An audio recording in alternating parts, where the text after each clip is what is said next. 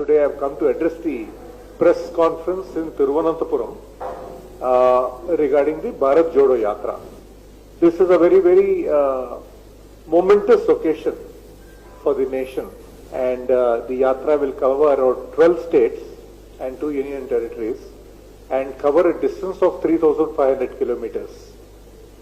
And the route has been, after considering several options, the route has been very meticulously planned, taking into consideration a number of things, keeping the geography of the country, because, crossing rivers or crossing forests, crossing hills, that will become a daunting challenge.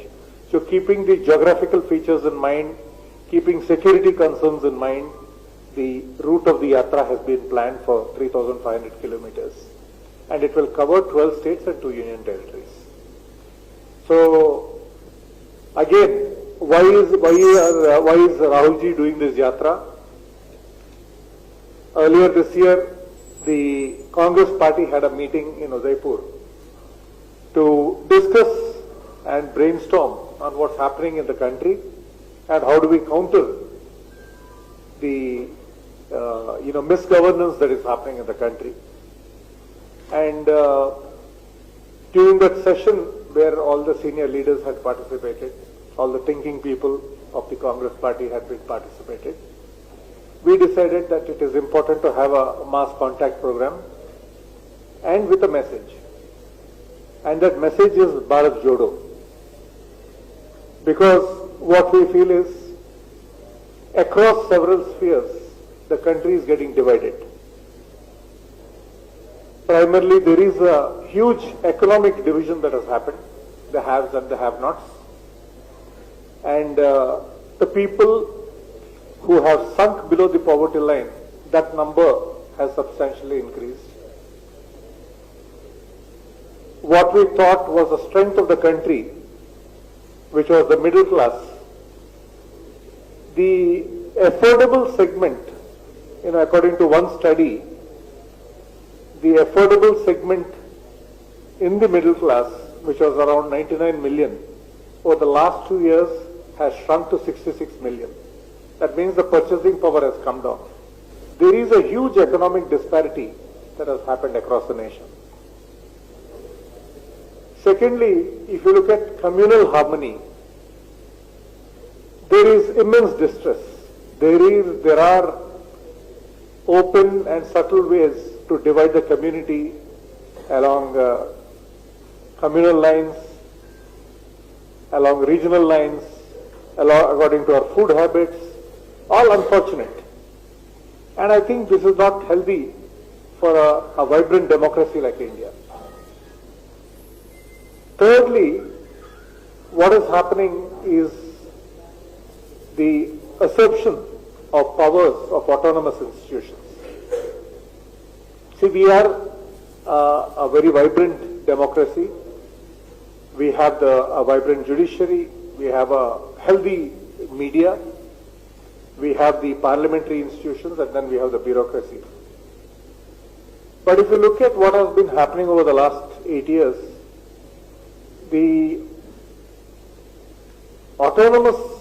all these are autonomous bodies, and their independence is being encroached upon. I think the judiciary is getting pressurized. The election commission has become a rubber stamp of the government. And if you look at the rights of the media, I think there's coercion, there's threats. And it is unfortunate that every institution worth its name, even the RBI, is getting compromised. So we're not a functioning, healthy democracy anymore. And through this Yatra, the Congress party wants to highlight all this and seeks the people advice on the way forward. We are going to consult people. Rahulji will be talking to groups of people, interest groups, all throughout the Padayatra. And of course, he will be meeting the backbone of our nation, our farmers, our workers, our trade union people, our students across the country as he does the Padayatra, in order to seek their advice and also to tell them about what is happening in this country. So I hope that all of you here who have come will bless the Yatra. There are several examples that we have seen of the misgovernance that is happening. If you look at the economic front, I think we are going through the highest unemployment rates in 45 years. This is a very unfortunate situation. The pandemic has definitely not helped the situation. Our spending capability has come down. Inflation is at an all-time high. Cooking gas, which used to be about 400 rupees 8 years ago, has gone up to 1150 rupees now. You've seen the prices of diesel and petrol. We are seeing how the prices of essential commodities have gone up. This is all affecting us. This kind of an inflation we have not seen before. And we are unfortunately also tampering with figures. We've seen when the National Survey Organization came out with this figure of the highest unemployment rate, it was not allowed to be published. This is the unfortunate situation we see today. And if you look at what's happening, there is a lot of bluster taking place. There's a lot of publicity taking place. I'll give you one small example. If you look at the current security of the situation today, I think we've never been so vulnerable as before. For over 2 years, China has been sitting across the line of actual control. They have apparently occupied about 2,000 square kilometers of our area. Just imagine the economic burden on the country of maintaining 50,000 troops on high alert across the line of actual control. This is the sad situation. The Prime Minister, Honorable Prime Minister, launched, operationalized the Indian aircraft carrier the other day. Very proud moment for the country. Very proud that the capability of the Indian Navy has been enhanced. But then, every time something he does, he says that the previous government has not done anything. This is the unfortunate situation. This project started in 2002. It was launched when Mr. Antony was the Defence Minister, and then finally operationalized when Shri Narendra Modi is the Prime Minister. So it is a continuum. The security of the country, the defense of the nation is a continuum. It has never been politicized like it has been before. I had worked under Mr. Antony.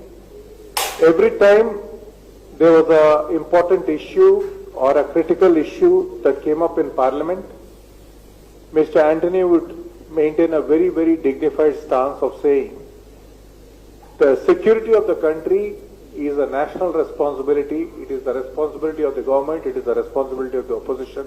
It is everybody's responsibility. And it is a continuum. Some projects are begun before us. Some projects begin with us. Some projects come after we go. But it's a continuum. It is never politicized or compromised. This is the dignified stance that Mr. Antony used to always maintain as a defense minister.